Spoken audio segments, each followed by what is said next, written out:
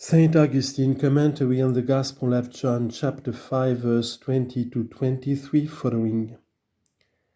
Let us rejoice then and give thanks that we are made not only Christians but Christ.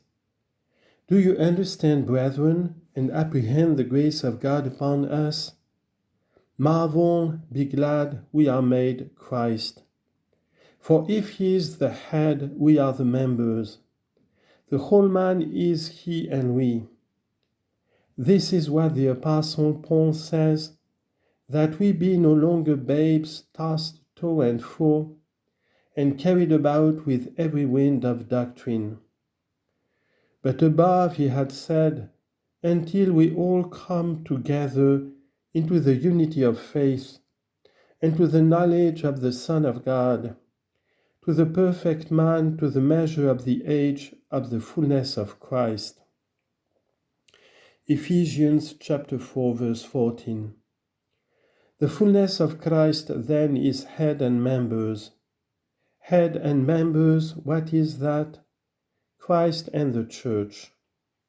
We should indeed be arrogating this to ourselves proudly, if he did not himself deign to promise it, who says by the same apostle, but you are the body of Christ and members. 1 Corinthians chapter 12, verse 27. Whenever then the Father shows to Christ's members, he shows to Christ. A certain great but yet real miracle happens. There is a showing to Christ of what Christ knew, and it is shown to Christ through Christ. A marvelous and great thing it is, but the Scripture so says. Shall we contradict the divine declarations? Shall we not rather understand them and of his own gift render thanks to him who freely bestowed it on us? What is this that I said is shown to Christ through Christ? Is shown to the members through the head. Lo, look at this in yourself. Suppose that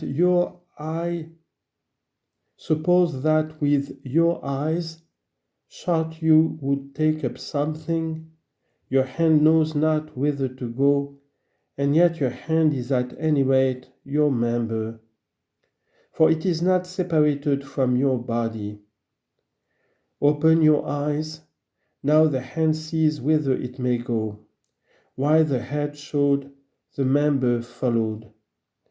If then there could be found in yourself something such that your body showed to your body, and that through your body something was shown to your body, then do not marvel that it is said there is shown to Christ through Christ.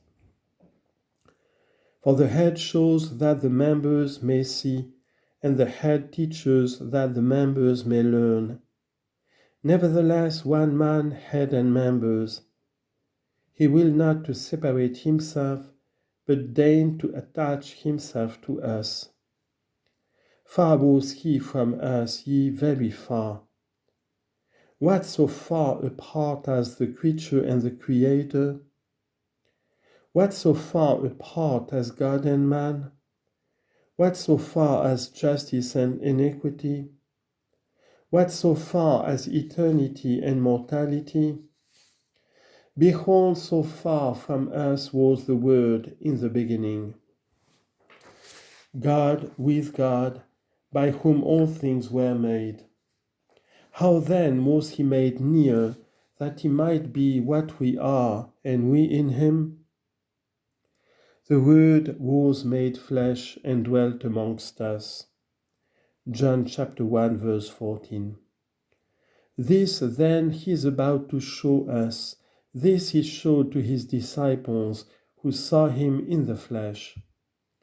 What is this? As the Father raiseth the dead and quickens them, so also the Son quickens whom he will. Is it that the Father some, the Son others? Surely all things were made by him. What do we say, my brethren? Christ raised Lazarus?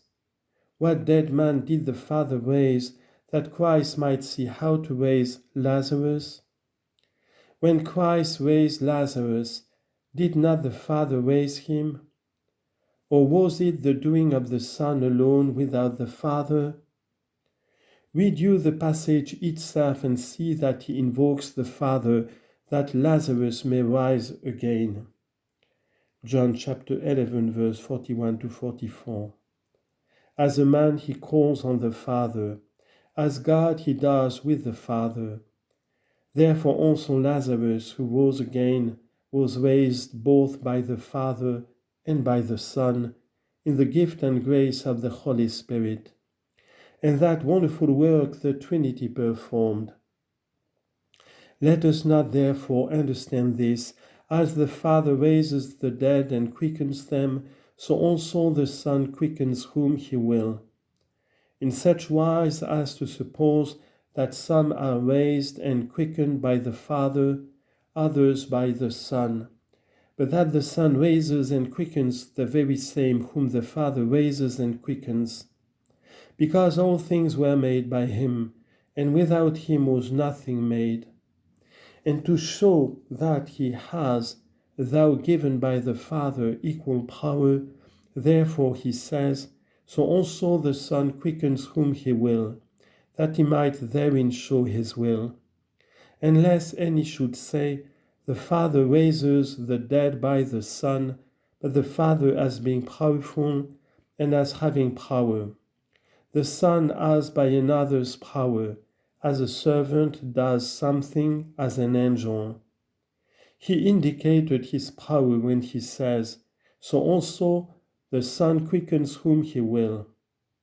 It is not so that the Father wills other than the Son, but as the Father and the Son have one substance, so also one will.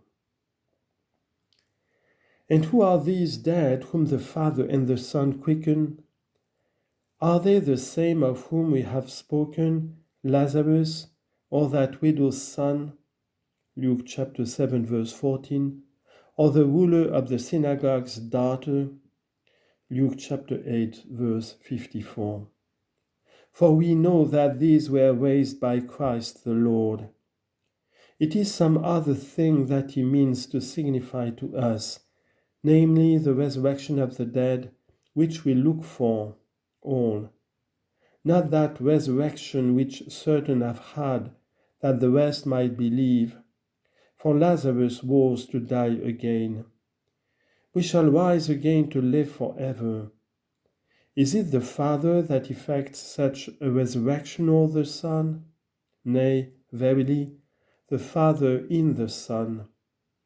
Consequently, the Son and the Father in the Son. Whence do we prove that he speaks of this resurrection?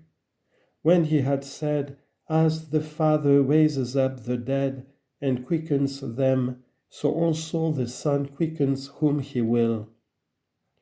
Lest we should understand here that resurrection which he performs for a miracle, not for eternal life, he proceeded, saying, for the Father judges not any man, but all judgment has he given to the Son.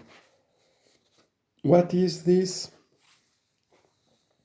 He was speaking of the resurrection of the dead, that as the Father raises the dead and quickens them, so also the Son quickens whom he will. And immediately thereupon added as a reason concerning the judgment, saying, for the Father judges not any man, but all judgment has he given to the Son. Why said he this? But to indicate that he had spoken of that resurrection of the dead, which will take place in the judgment.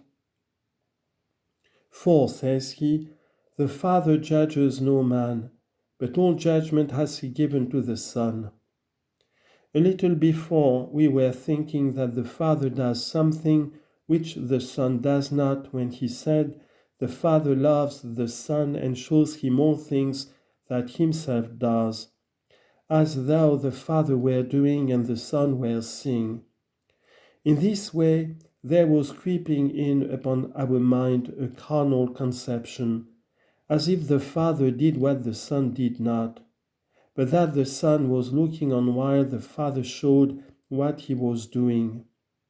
Then, as the Father was doing what the Son did not, just now we see the Son doing what the Father does not.